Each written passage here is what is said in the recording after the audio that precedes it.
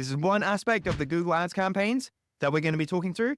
Obviously, the image assets, right? But within image assets, it's very important that we stay tuned to the best and the latest developments to understand how we can utilize these tools the best, right? So, what's going on, gang? It's your boy Jerry the Ad Wizard coming back at you with a brand new video. And guys, today we're going to be dissecting all of the best practices and all of the specifications that you need to know for your Google Ads to ensure that your Google ad campaigns have the best images that convert the best and have the best resonation and guarantee an effect on your bottom line, right? So we're going to get into it today, guys. I'm going to go through the best practice of image use in Google Ads, which campaigns are best used for, what they include, and how to optimize them over time. So guys, images in Google Ads, nothing new. However, the policies do change, the best practices do change, and through some used case studies so you know exactly how companies are utilizing this and how you can maximize the effect of images on Google Ads. Okay, guys, so grab your coffees and grab your hats. It's time to spin up some ad magic.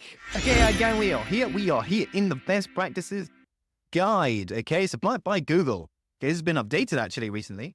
I see actually some brands not updating their images, right? So we're going to get in today what is allowed, what's not allowed, and all those kind of nice things. We're specifically going to be looking at PMax campaign images, demand gen campaign images, and Google search campaign images. Okay, so specifically around those campaigns, if you're running those campaigns or are thinking about running those campaigns, then you might want to consider the images that you're using and trying to maximize the effect of your images so that it can convert the best, so that it gives Google the best possibility to find us some good results, right? So guys, I'm just going to get into really quickly some best practices. So first of all, there are a number of consistencies across all different campaigns in Google, regardless of which campaign you're running, which as you're running, there are specific specifications that Google is looking for their images. Okay, so here it touches on a little bit which image sizes they are, right? So horizontal, typically 1200 by 628, 1200 by 1200 for a square. And we've got vertical 916 as 900 by 1600. So as you can see, these are all the different sizes, right? So these are just some constraints, okay? You might want to think about creating an image that has a lot of these built in. I'm going to go into a little bit why. I wouldn't necessarily say that you need a different image for each one of these. When they get uploaded into Google Ads, we can crop them and we can select what size we want our images to be. So we've got to the image ratios. Don't forget to hit the minimum size. Actually, within the policy, it doesn't allow you for poor image quality. So Google is going to flag any images that aren't good. As we scroll down, you will see that it very clearly states that all images need to be good quality. Here it has some examples. We use the actual lines of the image, so it's slightly zoomed in. Here is just the zoomed out version. Here is a nice clear, crisp version. Here is a nice blurry version that it won't like. It just wants you to ensure that you're using the best quality images for your Google Ads to give Google users the best possible experience when they are interacting with those ads. Okay, so here are some really good examples. Don't revert the colors or use excessive filters. Just be a little bit careful as to how you're editing these videos. You want to make sure that the image quality is good. So another best practice, something that if you try this, that your ads may get rejected. Okay, that's because it used to be that Google didn't like any overlays or any specific graphics over the type of photos or images that you're uploading into Google Ads, right? This has changed slightly, and this is why I made this video, because there are instances now where we can, and best practice has changed a little bit in the last few months. So here, for example, is some suggestion images that the company is using. And what Google is saying is don't put your logo over the top, okay? Here we can see, for example, that plain and simple, they've just put the logo over the top. Don't do that, okay? Google will reject your ads if you do that. So I'm just going to go through some other ones. Now, this one actually comes with avoid overlay text. I'm going to put a bit of a caveat here because actually this has changed a little bit, like I mentioned. What Google really likes is really nice, clean images, okay? Use photographs without any text over the top, without any kind of editing at all, right? Here are some examples that Google won't like, okay? So Google won't like when we use this. So it's important that we harmonize with Google to ensure that ads don't get rejected. Now, another thing is very, very common is to use overlay buttons. Anything that looks like a perceptive button where you click and it makes that display Google ad look like a clickable thing. Google doesn't like that. Google does not like that. So don't put your call to action on your Google image ad, okay? Google won't like that, right? So you got here great examples of just photos being used, and then the next to it is examples where of the CTA being added in as a button, okay? Play video, download, or book now. Google won't accept those, okay? So don't use overlay buttons on your Google ads. This is an interesting one. Something that came up quite recently is take up more of 80% of the image. Okay, so as we can see here, this is what we should be using. A nice, clear, crisp, zoomed in image of the trainer.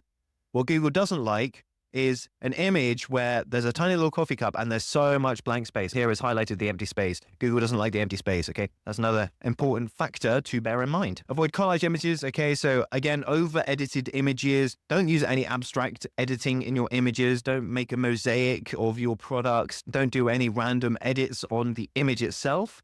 You can zoom in, as you can see here, what it likes is the bike and then different crops of the bike to highlight the different features of the bike. What it doesn't let you do is put a really edited image together of all the different types of bikes that you have, like the back of one bike and the front of another bike to illustrate how many different bikes you have or whatever. Don't do that, okay? Google doesn't like that. This is why we're going through this today, guys. It's really important to understand what Google likes and what Google doesn't like. Okay, guys, so we're nearly there on the rules and regulations of the Google ads. Use very natural-based cut backgrounds. Don't use really edited backgrounds. But it's important to use the natural image that you're using, the actual image, and not convolute it too much with clever editing or tricks that you think will enhance the effect of the image. Don't convolute the images by adding in additional backgrounds that are edited. That's another really, really important factor to get right. They also have some specifics around logos. You can add up to 3 different logos into your Google ads, but don't forget to make them clear and crisp. And you can use a few different logos in your Google ads, but make sure that all of the display is nice as to what Google likes, okay? Don't stretch the logo all the way to the edges. Make sure there's a nice padding around it. Make sure that it's not cropped. Make sure it's not too small. Make sure there is no additional badges over the top of your logo. Make sure there is additional nice padding, etc. Make sure that it's a 1-to-1 aspect ratio. All those nice things, okay? So that's just something to bear in mind for your logos as you upload your logos into your Google ads. Okay, guys, so now we're going to get into images specifically for different campaign types. So for PMax, Performance Max, an absolutely amazing campaign. I absolutely love it. Super good campaign. And I'm going to go into some specifications as to what kind of images you should be using here. Now, it's very much the same as what I've just described. We can have a maximum of 20 images in a PMax campaign. So how do we do that? Well, here there are particular recommendations that Google suggests for each of the different size dimensions. Okay, so landscape. Try and use 4 images that are landscape, okay? Try and use 4 images that are square, okay? Try and use 2 images that are portrait, okay? 4x5. And try and use a landscape logo, right? 1 image. So obviously you can have a maximum of 20 of each type. It says that a minimum requirement of you need at least 1 square and 1 landscape, but go for these recommended, guys. It doesn't necessarily mean that you have to export all of these images into different types. I'm going to show you how to crop them if you have just certain images that you want to crop into these different sizes. I'm going to show you exactly how to do that to make your life super easy, super simple, and to create your ads the best. Okay, guys, so this is why I also wanted to draw your attention to some updates in the image section, because here it says, contradictory a little bit to the last best practices display ads. Okay, in PMax, you can use images with overlays, but it's recommended that you use at least 1 without overlays for each aspect ratio, e.g. square, horizontal, vertical, landscape. Here are some examples. Okay, so here, images without text or overlay graphics, this one here and this one here. These are just normal photos. This is what Google typically likes. But now it's saying images with overlay and graphic overlays are okay. It's saying that 1 without, but all the other ones can be. Okay, so and there's an update, guys. There's something, right? Here, we can see all of the images or text with graphic overlays. So you can see these are heavily edited. These are heavily got some image overlays, some graphic overlays, very heavily edited. And Google's saying, actually, we don't mind these now, okay? We don't mind these. So that's something to pay attention to, guys. Try this, okay? Even though it says the best practices you shouldn't, the latest updates says that you can. Of course, pay attention to what Google says is that after you upload your assets, be sure to monitor how they're performing. Wait 2 to 3 weeks to check on your ad strength and asset group status. I'm going to go through exactly where that is so that you know exactly where to monitor your image ads. Then evaluate if you see low-performing assets, and that's exactly what we're going to be doing later in the video.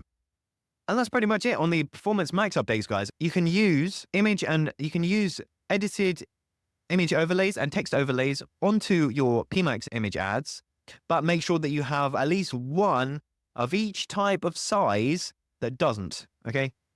Really cool. That's the update, guys. That's a really cool update. Really happy to see that Google is changing that up. Just using photos has limitations, guys. I'm going to show you exactly why in a second. Now, I'm just going to jump into demand gen asset information and specifications because they also have image ad usage. And within this, they are showing you exactly how they are displayed. YouTube in-stream, we've got supported square and portrait, we've got supported square and landscape and portrait. This is Discover, YouTube Shorts, and Gmail. This is how your ads are going to be looking on each of those platforms. YouTube in-feed, as we can see here, this is for desktop only. The top one here was for mobile only, and this one's for desktop. You can see the image ads being used here on Gmail. This is how the ad appears. So very similar to the other dimensions. Actually, no difference really. It's exactly the same. Recommended 1200 by 1200, 1200 by 628, and 960 by 1200. That is the 4x5 for the portrait. Here, again, they're coming into the specifications for the whole ad set. We're going to go specifically, I just wanted to touch on the different dimensions and how the demand gen stuff looks on mobile. We've got carousel based image ads and desktop based image ads for Gmail like this. Now, I wanted to show you what these images look like in actual real life. What do actual Google image ads look like in their placements as they're running? I'm going to show you exactly some case studies right now of some brands that are running Google image ads, and we're going to dissect them and see how they are looking. So I'm going to open up Google Ads Transparency Center, aka Google Ads Library, and we're going to look at some specific examples here. I'm looking at Ticketmaster UK, okay? And we're going to see how they use image ads to sell tickets to events and how they promote events across their Google network. So as you can see here, image ad, okay? This is actually a search ad with a Google image. As we can see here, this is one of their ads. With PMax, with demand gen, even with search ads, they are very reactive, okay? They will show different ads depending on the person they're being shown to, depending on how they're going to resonate with that ad. So some of the ads that we see here aren't their full versions. We can see snippets and extracts within the Google ad. It will be impossible to see the whole array of different possibilities for PMax, but we can see here some previews. So here we can see, some theater, see some actors on stage here. Here, again, people having good time on the ad. We can see other groups of people having a nice time. People, again, on stage for events. Okay. Very standard, very typical of what you might expect. Okay. Dominion Theatre. Okay. We've got some people, the people that they're selling tickets for. Again, here, concert venue, Ministry of Sound. Like, these things aren't particularly stand out. We've got Glass Animal tickets, so we've got a picture of the band. This is what I wanted to illustrate because Google image ads don't push the boundaries too much. They're photos that help bring the search experience to life, to help convert better what it is that people are clicking on and linking on, to describe the picture a little bit more so you can see exactly, and it builds the picture exactly what the ad is and what it is advertising. So that's a really interesting example, guys, Ticketmaster, because they're selling tickets, obviously, and they're using really, really simple image ads. They're running a lot of Google ads, over 10,000 Google ads. So really interesting to see their best practice and how they're handling this. Now, the next Google Ads Transparency Center account that I wanted to show you was BMW in Germany, because they are using Google Ads slightly differently. They are using a mix of very basic photography with some really basic photography of their cars, of their automobiles, with some pictures, with some really basic over-the-top ad text overlays. But what we can also see, what's really, really interesting, is that they're using really carefully and really selectively. Like, again, this is just a photo of their automobile. They've got here, obviously, the image, the logo inserted into the ad as the image there. Here we have another slightly edited version of that image, making it square and having some additional text over the top. Again, here, it's just an image with all of their automobiles. Really nice. But guys, these BMW are doing something cool. Okay, you may have seen up here, for example, they are really editing some of their imagery. Okay, and Google is accepting this. Look at this. Look at this. This is magic. This is a really nice display ad. It's a really heavily edited. Again, showcasing the product. I would argue if this background edit wasn't here, that this would fall under the breaking the policy of 80% space usage, but they're not. The composition is really nice. The colors are lovely. But it's really heavily edited. But guys, before we go anywhere else, and you're new here, don't forget to hit that like and subscribe. Don't forget to hit that notification bell. so you never miss any more important updates. We are here many times a week to bring business owners, online advertisers, and digital marketeers the best from the paid media, online advertising, and digital marketing strategies. But without further ado, let's get on with the video. Right, but they're running these type of image ads on Google along this one as well. As we can see, just a really nice picture of their lovely new car, and the background is super heavily edited with some really interesting background terrain. Here again is another one utilizing really nice use of color, but promoting predominantly their cars. This is really cool. This is really interesting to see. And as you click on it, this is what I'd highly recommend if you want to ever dissect Google Ads further, is that you can actually see the different variations that is being pulled together from that particular asset. So here, they're split testing the different text that is going over the top of this display ad, but the image doesn't change, the text changes.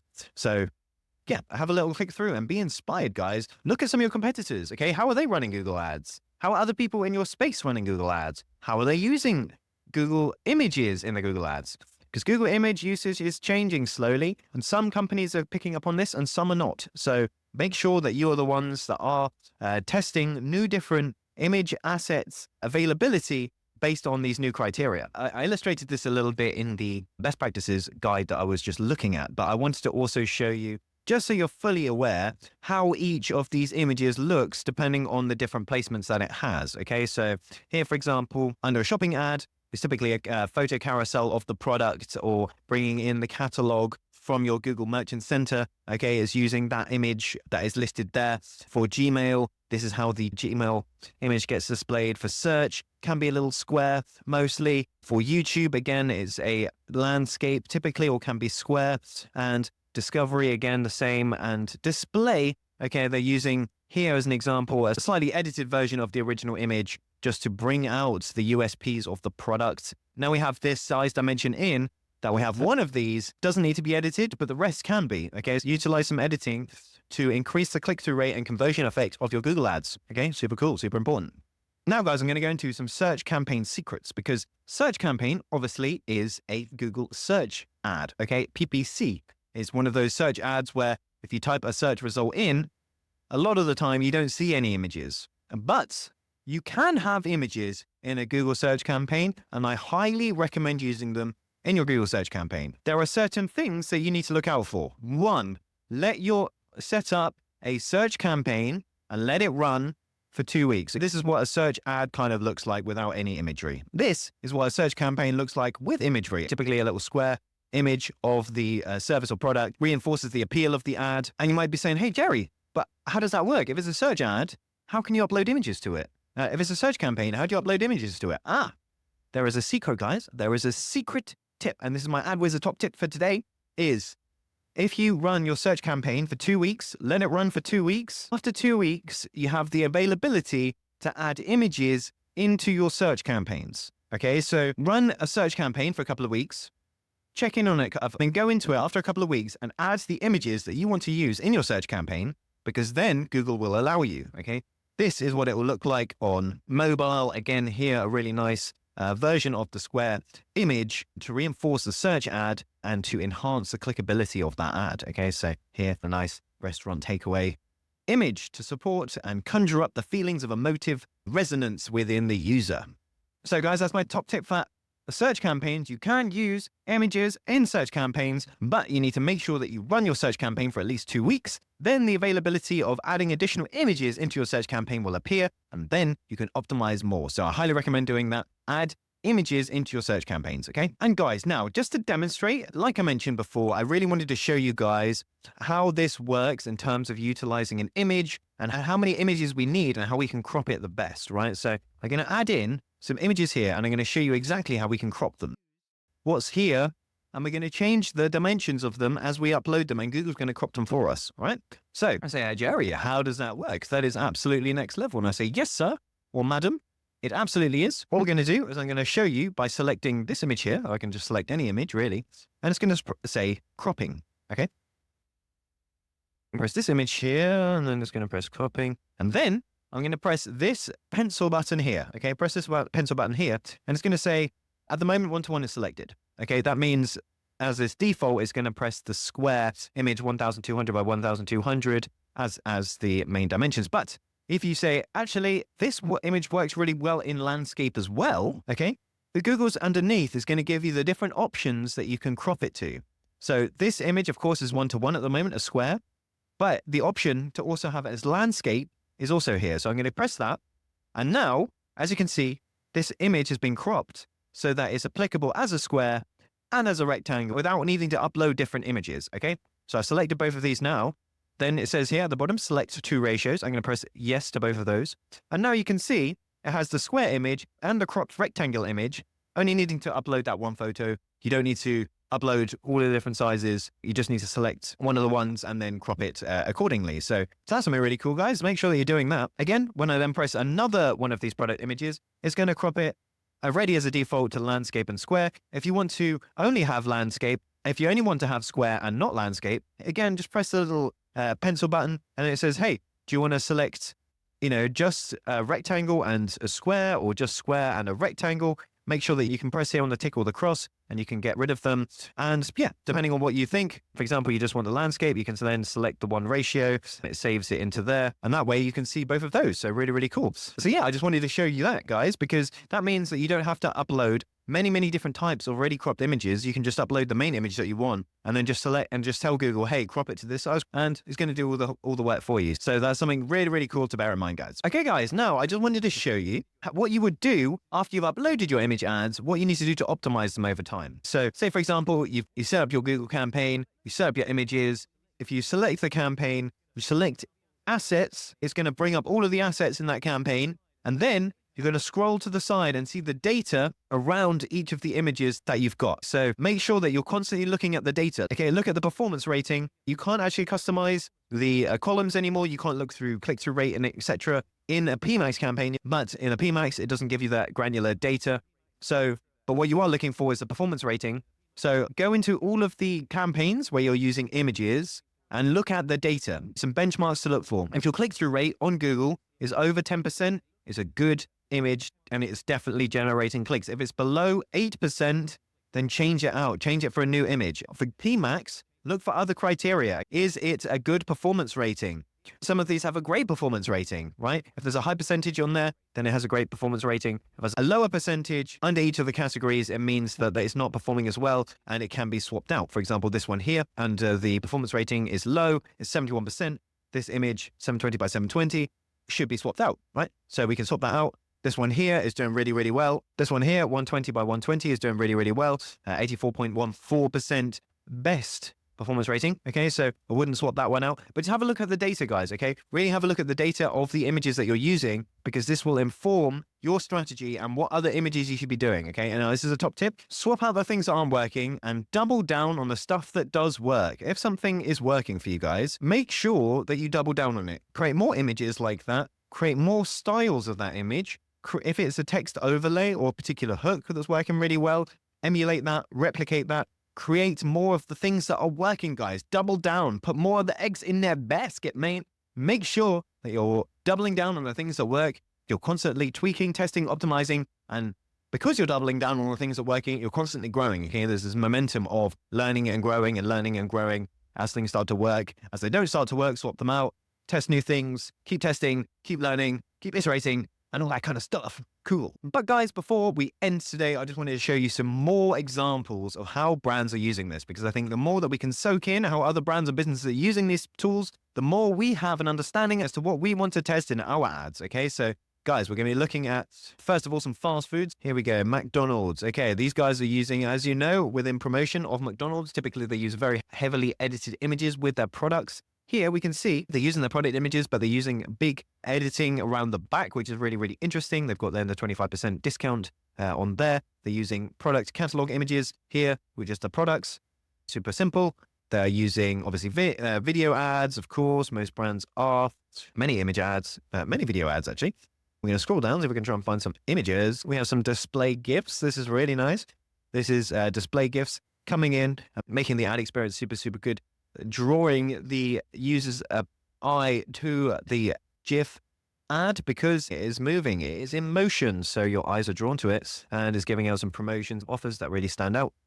But I really want to see some image ads here. But a key takeout here, guys, is they've used very much the product-based images that they have in the catalog ads and things like this, but they're using huge emphasis on video. Okay, McDonald's have a huge emphasis on video, and they are putting so many video ads into Google, and limiting the number of search image ads, which is very, very interesting. We're going to select image. You can actually select the different types of images that you want. I just wanted to see what they were running here. So here we can see again, image is classed as a GIF. In this instance, they're using a lot of different GIFs as images. Google is seeing that Google is classing them as an image. Here again, people having nuggets, having a nice time. A family image, nothing too outrageous. Here we go. And again, here, super highly edited imagery. McDonald's are getting away with it, guys. They are really uploading heavily edited images. I would argue that some of this stuff is even on the verge of being a call to action click kind of button lookalike. They're not technically supposed to have these. I guess they're spending so much that they'll have a Google Ads rep and manager, not the ones that we get assigned are free, but the ones where you're the scaling team, the internal teams that you want access to. If you spend enough on Google, Google give you resources. They give you your own team, they give you your own tech team, and it's very, very cool to have them scale alongside with you. And clearly, McDonald's have some very good account managers that are helping them navigate past these complex policies in order to have these highly edited images that have a very, very nice look and feel to them, a very good draw and a nice appeal. So really, really interesting to look at McDonald's as a case study there. Now we're going to look at Tesla Inc., right? It's not Tesla specifically car, but Tesla the brand. I don't think these guys are really pushing the boat in terms of usage of image ads, and I'll show you why. Because, they're definitely promoting some of their free energy technology around solar, for example. Here we can see a search ad with an image of solar panels, a lot of search ads without any images. Again, when they do use images, they use very nice images of the solar panels. So again, just using kind of product images, lifestyle in action. What do these solar panels look like? How can your house look like with solar panels on them, etc.?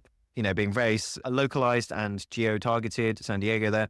So actually, I think Tesla actually have some room to improve on some of their Google search ads. They haven't got many edited images at all. Maybe that's because their ad agency doesn't know that we can do this now, okay? And then we've got a bunch of videos, cool. And then here again, we've got the Tesla car, a product lifestyle image, a natural background, just using the product image. Again, here we have Tesla Cybertruck, the outside of the shop, etc. So yeah, it's really interesting to see how some of these companies are using images in their Google ads. I would argue that Tesla has a bit of development to do and a bit of more testing in terms of what would actually have the best resonation. Maybe they're doing this testing, and maybe they're saying actually photographs without any overlay text or any kind of editing works best for us, which is great.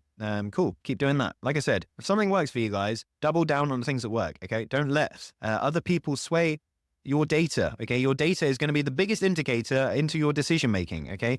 If you base all of your decisions around the data that you see, and the data is positive, then you can guarantee that decision has some conviction because you have quantifiable data behind it. So make sure that you're looking at your data. And that's it for today, ad gang. Hopefully that was useful to you. And hopefully now you have a really good understanding as to what images you need to use in your Google ads, when including some really interesting case studies on how brands are currently leveraging image use in Google Ads. If you have an idea what you need to do to grow your business with Google Ads and to maximize your image usage the best. Okay, so super cool, guys. If you're new here, don't forget to hit that like and subscribe, hit that notification bell so you never miss any more important updates. I'm Jerry the Ad Wizard. You can follow me at Jerry Dreadlocks, at Jerry AdWizard on Instagram, or at Jerry Griffiths on LinkedIn. If you're currently creating your Google Ads campaign, or you have some Google Ads already running and you want to know how to maximize your search terms, including adding them to negative keyword search terms, click up here.